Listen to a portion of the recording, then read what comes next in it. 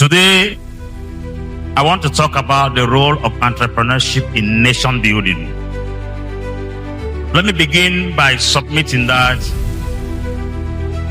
entrepreneurship is to a nation as breathing is to life. Entrepreneurship is to every nation as breathing is to life itself. When you hear increment in unemployment, it's not because government doesn't provide jobs. Government can provide beyond what they have.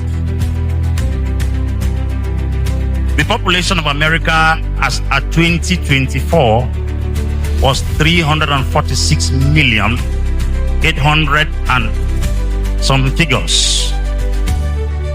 The federal government was only able to employ 15 million out of 346 million. Do your calculation. If that thing is up to 1/10,